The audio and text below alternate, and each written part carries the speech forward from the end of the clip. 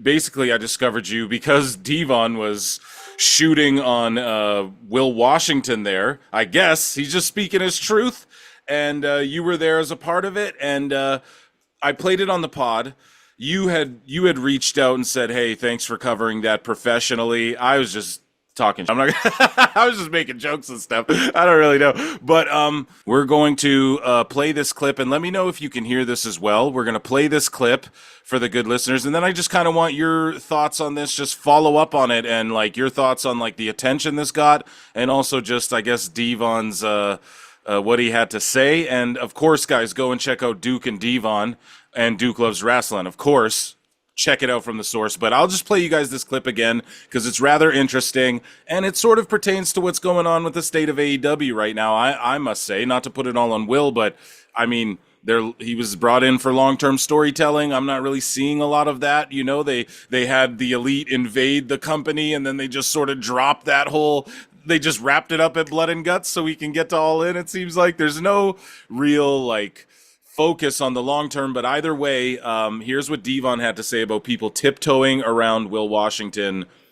Here we go. Tony Khan said that one of the dirt sheet writers confided in him that somebody from WWE PR floated this story, and it wasn't true, that AEW had an agreement in principle with WBD. WWE is not worried about Tony Khan. I can tell you that right off the bat. They ain't worried about him. Tony Khan is too busy worried about WWE. Someone who I admire very well in this business that works for AEW is Swerve. Great guy, but I do know that his cousin, I think it is, who's a dirt sheet writer who basically is in Tony's ear a lot, that might have been the one that basically And so, like, by, like, Duke, we're not, you call it out too. You're like, hey, man, you're talking about obviously Will. Who else could it be, right? So it's not like Devon went and was like, man, screw Will Washington. But he put it out there, and it's kind of easy to figure out, do the math and figure out who it is, right? Correct. Absolutely. Yeah. And so here, we'll get the rest of this clip here. And then, yeah, I want your thoughts. pretty much said that to him. If it was Swerve's cousin that said that to him, which probably was, as far as I'm concerned, from my understanding, from people in the locker room, the 3 times I was there in the meetings, every single person said he's a snake. And they don't know why Tony Khan is trusting him. I don't know him personally, but in what I've seen and his demeanor and all of that, I got to tend to agree that they're probably right. He can write whatever he wants to say about me, but the bottom line is everybody in that locker room thinks that you're a snake. And if you're a snake, then if they think that, then chances are you probably are. Swerve's cousin, I'm assuming you're talking Will Washington, who Tony Khan hired. When I've asked the questions, who is that guy? I've gotten the same response from I find that so funny. He's like, nah, I asked. I'm like, whose man's is this? That's what he said. He's like, I'm on the Jericho cruise, and I'm like, who's this? I keep seeing him everywhere. I love that. I think that's hilarious. everybody. Even when I was on the Jericho cruise and his name came up, that was what was being said. And, again, I'm not going out there saying anything bad about him, but I'm telling you what the perception is about him within the company that he works for. And these are people that say, Wow. well, I'm nice to him because if I'm not nice to him, he'll go to Tony, say something, I'm off for TV. So I don't say anything. Boom. And so shout out Devon, man, one of the GOATs. And he's just keeping it real, and then it sort of comes out Britt Baker suspended, and I'm hearing from people, she told Will Washington to go himself. Duke, your thoughts on all of this, the state of AEW, how Will Washington ties into it, and maybe some of the backlash you got about this clip. Sure. I mean, again, let me start from the beginning here. Yeah. When I reached out to you and thanked you for your professionalism, it's because you did something that should be so standard, and unfortunately it's not, because you have a lot of unprofessional people within our wrestling media content creator space. They don't credit folks who originally create the media, right? Yeah. So you identified the show, You gave me props. Marie Shadows was on with you, and she highlighted that as well. And it was just all love. And it's very important for folks to understand something that simple that should be standard across the board. For some reason in wrestling media, that's not the case, because these folks are not legitimate media. They're goofballs. They're humanoids. They're not serious about doing the right thing. I don't have to like you to credit you for your work. And I don't have to like you to interview you. I don't have to like you to report on you. And that's just my stance on it. But that's because I'm actually media. This is media. This is a real thing that we're doing here. And when you start talking about some of these humanoids, which we're going to delve into who they are specifically soon, and certainly Will Washington is part of that group, they are completely against that concept. They can't wrap their head around it. In their opinion, you only have to interview your friends. You only give credit to your friends, and everybody else, you go out of your way to try to harm them. And it's ridiculous and it's embarrassing, because these folks have no power. And every time they think they're flexing, they find out very quickly how powerless they really are. So I want to start there. And again, I appreciate you for being as professional as you was. Yes, you were having a good time, but just crediting me for my work is a big deal. So I tip my hat to you, brother. Now, thanks. Couple of things that I want to make clear here, and you're really the first place outside of my own platform that I'm having this conversation. It might be the only place, quite frankly, because I don't really care to give Will Washington more attention than he deserves. But I'll say this: D-Von was given this information over an extended period of time. The information never changed. It's not like it just happened overnight. This is something that's been going on for about as long as Will Washington has been in AEW. Right. Because D-Von, first of all, his sons at one point had a deal with AEW. Right. It was a low-level deal, but they had a deal because ultimately D-Von found out they were trying to get D-Von not only in AEW, but they wanted him to wrestle. And he's been having some serious back and mobility issues, so he could not do it at that time. And he made it clear he's not looking to wrestle. He'd rather have more of a backstage role. And their negotiations fell apart over a period of time because of that. Tony wanted him to wrestle. D-Von was like, no, give me a backstage role. I can be more supportive in that way. Duke, I don't mean to interrupt, and we got to keep, you're onto something here, but did they want like a Dudley Boy reunion? Do you know? Can you spill anything on that, or is that? I can't speak to that. Okay. I don't know. I don't know of any conversations with Bubba, but I will say, and I'm glad you asked that question, because I will ask D-Von on the next episode of D-Von and the Duke that'll come out this week. I wouldn't be surprised if you get one. Of course, you get that makes it a little easier to get the other, right? Right, and they had the Hardys, and then Edge and Christian are there exactly, too. Exactly. So that I'm sure they were going down that road. So over a period of time, D-Von was in AEW, showing up at events and having meetings and etc. So he got to observe things. He's also friends with Jericho, so of course he's been on the Jericho cruise and all that. D-Von is a well-respected, mild-mannered kind of guy. Everyone loves him. Everyone speaks so highly of him. He's not a liar either, which everyone will tell you that, who's ever interacted with the guy. He's a pretty straightforward man, right? So when he asks, who's this guy who keeps bopping around looking like he's so important or what have you, and people gave him the lowdown. He's a snake. We don't like him. He's Tony Khan's new assistant. He's Swerve's cousin. All he is a dirt sheet guy. So, we know he's leaking things to the dirt sheets because that's where he comes from. But we don't trust him because, he tries to tell us what to do. And then if we don't listen to him, then he goes and complains about us to HR and to Tony, and we get in trouble. So we can't trust him. He's a snake. This is not a one-time thing, and this is not one person telling D-Von this. This is a abundance of people telling him this over a period of time. So here's the kicker. I did not know that D-Von was going to bring this up on the show, right? Because we were talking about AEW and Tony Khan's job performance as a whole, and then D-Von threw that in. Now, D-Von was asked to publicize all of that information, because the snake, as he's been described by the people he works with, he's been on a tear. And people are so frustrated and so concerned that they said, hey, D-Von, you're a credible guy. You're doing this show with Duke, another credible guy that people are going to pay attention to when things get put out. We want you to put this out. So that's what we did. And it spread like wildfire. Next thing you know, you have the humanoids. They assembled like the Bad News Bears. And of course, with their leader, Paywall Jesus is what I call him, Sean Ross Sapp. A guy who I take nothing away from the fact that I think he's a very talented person. I think when he's focused on his business, he is a talented guy, especially when he's reporting on MMA. I've always enjoyed his MMA work. But unfortunately, based on my interactions with him, based on what I've observed, based on what I've researched, based on all the data that people have given me, I think this is a highly dangerous, unstable person who cannot control himself emotionally. And as such, whenever Sapp feels like he needs to attack, he doesn't just do it by himself. He gets his army of bots and fake accounts, and they all jump on it.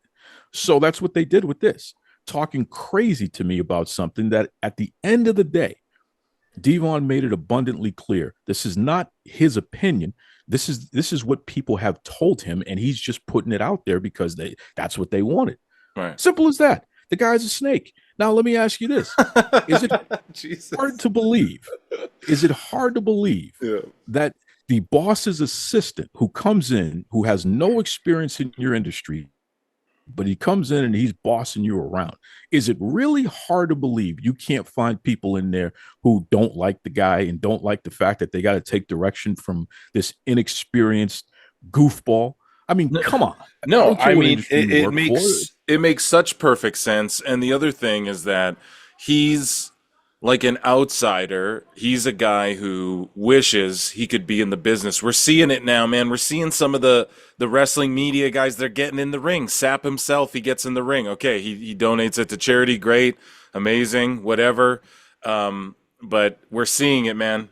A lot of these guys are starting to like indulge in themselves, and they want to be part of the business. I get it. So if you're a guy who comes from like writing for the sheets or doing a pod, like you or I, a podcast or a radio show, whatever, and then you get the opportunity to go cut promos, or maybe, hey, I get to tornado DDT or clothesline a guy, or I get to maybe take a bump, or I get to maybe just being involved and having like an influence. You know, I think that's what happened to Meltzer too. He believed he had like an influence over everything, and I think it just sort of it changes the way some of these people do things. That also, like when you're a gatekeeper like Sapp, it's not good to be like attacking people over things like this. And when it comes to Will Washington, like it wouldn't shock me that he would get into a high position in AEW and then like want to throw his weight around or want to be like, yeah, I'm a big part of this thing. He's like excited. Like, I'm a mark. I would love to have $1 billion and have my own wrestling fed. I would love to have Will Washington's job for sure. But objectively, being Batman, I always say be Batman. Just take yourself out of it, you know? Take a look at everything. Just be a detective for 1 second. And it's just like, objectively speaking, no, it's not shocking at all that a guy like Will Washington would come in, rub people the wrong way. Because, you know, it makes the most absolute, utter most sense that that's a real thing that would have happened. And that's not even an indictment on Will Washington. Let's say me, if I wasn't self-aware enough, and let's say me, I worked my way into an office job as Tony Khan's assistant. You have to know that you're going to rub people the wrong way just automatically based off that, let alone someone like D-Von saying, you know, I see him bopping around as you described it, right? I see him bopping around as like, I'm this important dude among all of these people, right? I refer back to like Dave Meltzer. He thought he could just sit down with Booker T at the Jericho Cruise. Thought he could just sit down with his lunch tray at the table and be one of the boys. And I'm not saying like we can't, you know, it's just, it's different. Whether if you're one of the boys or you're one of the media, you have to have the self-awareness to know the separation between the two. And I think, I don't know, someone like Will Washington, as they would say, I guess he worked himself into a shoot, brother. Like, now you're really a dude. It's not just like your fantasy booking on your podcast and you're like reporting on wrestlers that you admire. And now you're like in control of their destiny and their fate. And yeah, I could absolutely see more than likely that this would be real by all accounts. And it baffles me And I know I'm ranting and raving here, but it's just, I'm passionate about this. Like, it baffles me that people attack you for just listening to D-Von Dudley, one of the greatest tag team wrestlers of all time, the greatest. And people are really, these dirt sheets are going to sit there and be like, no, us and our friends know better. You and come after anybody who speaks ill of like our buddy and stuff. I think that's crazy. And even Devon's like, I'm not saying anything about him. I'm just saying what other people are saying about him. So why would he make that up? You know, it's crazy. Sorry, I just went off there, but no, you took the words right out of my mouth, and you're Yeah. absolutely right. And this is a coordinated thing that Sapp and the folks at Fightful and who are part of it. I call it cyber terrorism to a strong degree, because it's coordinated efforts to attack, discredit, and bring harm to people who they disagree with. Sapp turned the whole thing into, you let Devon say these things about Will Washington. Let me tell you something. D-Von Dudley is a grown man with 7 kids and a wife. And, you know, he's made millions of dollars in his lifetime. He's a television star. He's a legend in his industry. He's a Hall of Famer. You think I could let him do anything? no. How do I? Dude. I'm not his daddy. Like, how am I going to let him do anything? He's a grown man. So just the whole nature of that is ridiculous. And I keep bringing up Sapp for those of you who don't understand the connection. Will Washington, his last job before AEW was being a podcaster under Fightful's banner. So this is all connected. And again, if you cross one, you're going to deal with all of them. And that's just the way it is. I'm going to tell you right now, and I told Will directly because he jumped in my inbox. I did invite him to come on the show and express himself if he wanted to. People were saying, let him tell his side of the story. I don't think there's a side of the story to tell. Your people you work with, they don't like you. I mean, what side of the story could you have to that? But Maybe he could be oblivious to it, and maybe he's like, "Damn, you know, I really didn't take a step back and go, you know, sorry, you go ahead. I got to like, I love to give people the benefit of the doubt. So let's just say he lacks self-awareness. Sorry, Duke, you go ahead." Well, this is what I said, because he sent me a very nasty response. You know, you don't have a platform. It wouldn't benefit me to be on your platform, and you know, he said something ridiculous. He said he could fart in the wind and he'll draw more people than coming on my show, which is just embarrassing to say to anybody, quite frankly. You take a look at who's been on my show. You think they're coming on my show just for the hell of it? There's got to be a reason for that, folks. But anyway, I told him, I said, look, hopefully what was said about you is just a misunderstanding by the people you work with, and you can clear that up. If it's not a misunderstanding, it's true, then hopefully you put in the work to change the perception of you. Either way, this ain't good. You know what I mean? But I also encouraged them, you know, make good decisions in life, pull up your skinny jeans and say no to drugs. Okay? So, because we know in AEW that there have been stories about that being a difficult thing for a lot of folks in that company to accomplish, the whole say no to drugs thing. You know, shout out to Tony Khan, and you know, I hope you have laid off the kratom, because that's the reports I keep getting, is that stuff is what you've been getting wired on, and it's actually illegal in most states. But I digress on that. I think it's a complete clown show in that company because of lack of leadership, and it starts with a guy who is a trust fund baby, who is playing with real people's lives as if they're little pro wrestling action figures, and he can't understand how he continues to fail so incredibly in front of the world. This guy's talking he's going to get a 2x, 4x, 5x increase from WBD because that's how great AEW is. Jesus Christ, they can't even draw more than 800,000 people on average. How great could they possibly be? You know what I mean? It's embarrassing. You got some of these talented folks there. It's not the fault of the wrestlers. No, not it's at all. The leadership. Yeah. You know what I mean? So yep. I say to Will Washington in particular, hey, brother, since you've been in that company, they've been in a toilet. Could it have anything to do with the morale in the atmosphere in that workplace that you have contributed to, where you've put people in a position where their best effort is not even possible? I'm just saying, brother. Maybe you need to take a look at yourself and figure out what you can do to change things, because they've been in the toilet since you've been there. And I don't believe that's a coincidence. Yeah, me neither, dude. And that's what I was. Yeah, I feel the exact same way. I've pointed it out. I haven't gotten too much backlash. I never was like a Will Washington hater or anything. Like I follow him on Twitter, even to this day. I don't think he has me blocked or anything. And like I don't. I've never. His opinions never pissed me off. I never thought he was like gross to anybody on X. Not that I've ever seen, or anything like that.